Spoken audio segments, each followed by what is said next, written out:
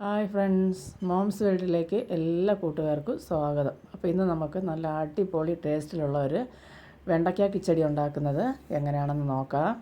അപ്പോൾ ഞാനിവിടെ വെണ്ടയ്ക്കയൊക്കെ ഇതുപോലെ കണ്ടല്ലോ, ഇതുപോലെ അരിഞ്ഞ് വെച്ചിട്ടുണ്ട്. ഒരു 3 പച്ചമുളക് ഇതുപോലെ കീറി വെച്ചിട്ടുണ്ട്.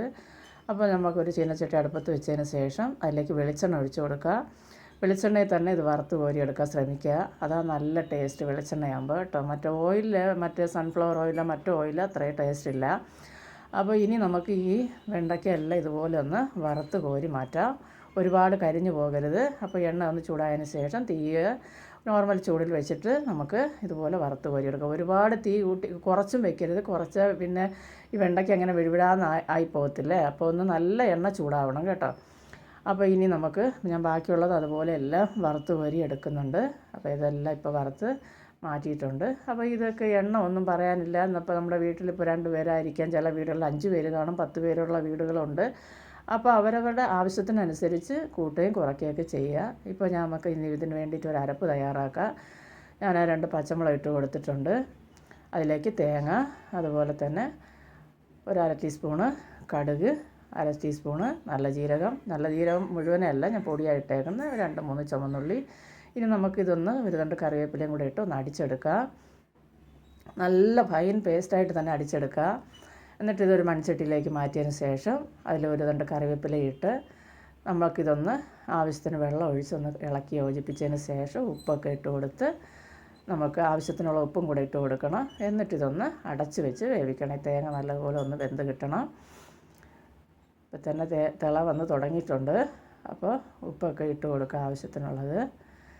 നല്ല അടിപൊളി ടേസ്റ്റാണ്. ഇത് മാത്രം മതി നമുക്ക് ചോറുണ്ണാൻ കേട്ടോ. നല്ല മണവും. ഇപ്പം ഞാൻ അടച്ച് വെച്ച് കണ്ടല്ലോ, ഈ ഒരു പരുവത്തിൽ നമ്മുടെ തേങ്ങ ഇപ്പോൾ വെള്ളമെല്ലാം വറ്റി അതായി വന്നിട്ടുണ്ട്. നല്ലപോലെ ഒന്ന് ഇളക്കി മിക്സാക്കി കൊടുക്കുക.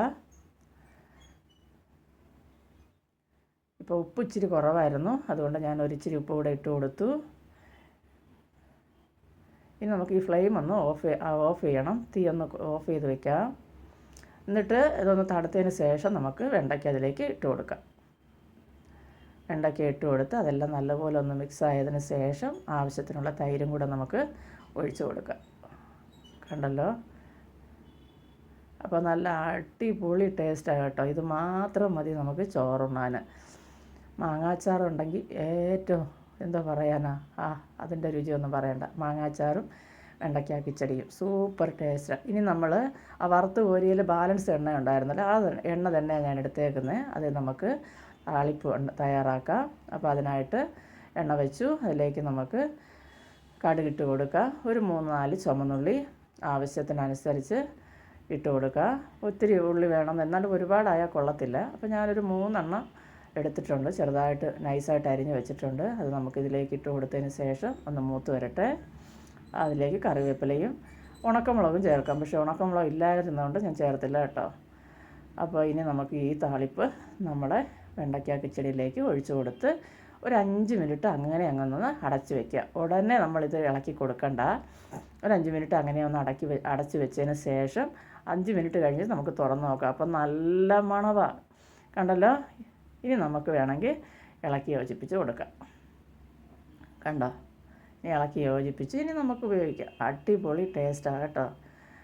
അപ്പോൾ ഒരുപാട് എനിക്കിഷ്ടമുള്ള ഒരു കിച്ചടിയാണ്. അപ്പോൾ എല്ലാവരും ഒന്ന് ഉണ്ടാക്കി നോക്കണം കേട്ടോ. ഉണ്ടാക്കി നോക്കിയിട്ട് അതുപോലെ നിങ്ങൾ ഈ വീഡിയോ ഇഷ്ടപ്പെട്ടാൽ നിങ്ങളുടെ കൂട്ടുകാർക്കെല്ലാം ഒന്ന് ഷെയർ ചെയ്ത് കൊടുക്കാനും, ഇതുവരെ എന്നെ സപ്പോർട്ട് ചെയ്ത പോലെ തുടർന്ന് നിങ്ങളുടെ സപ്പോർട്ട് എനിക്ക് വേണം. അപ്പോൾ ഇതാ നമ്മുടെ കിച്ചടിയൊക്കെ കണ്ടല്ലോ, നല്ല സൂപ്പർ ടേസ്റ്റിലുള്ള കിച്ചടിയുടെ റെഡി ആയിട്ടുണ്ട്. അപ്പോൾ നിങ്ങൾക്ക് ഈ വീഡിയോ ഇഷ്ടപ്പെടുവാണെങ്കിൽ എൻ്റെ ചാനലൊന്ന് സബ്സ്ക്രൈബ് ചെയ്യാനും ലൈക്ക് ചെയ്യാനും കമൻറ്റ് ചെയ്യാനും ഒന്നും മറന്നു പോകല്ലേ. അപ്പോൾ എൻ്റെ എല്ലാ കൂട്ടുകാർക്കും ബൈ.